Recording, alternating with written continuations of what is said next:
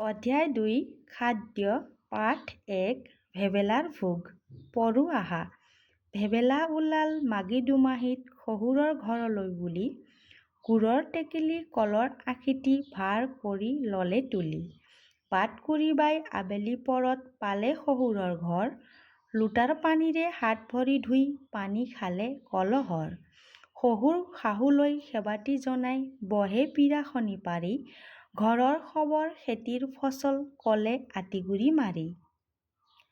আঠে বেঠে দিলে চিৰা দৈ এবাটি লগত জুলীয়া গুৰ, চুঙা তিল ঘিলা ফেনী তেল পিঠা খাইছে নুতুলি মূৰ। লাৰু ফৰমান টেকেলি মুঠীয়া টোপোলা সুতুলি পিঠা, সান্দহ কৰাই বিধে বিধে পাই হেৰাল মুখৰ কথা। ভেবেলা বাপুৰ খাওঁতে খাওঁতে পেটত ধৰিলে টান, একে কোবে গৈ টিঙনা ঘৰত সোমাই বচালে মান। ধন্যবাদ মৰমৰ ছাত্ৰ ছাত্ৰী।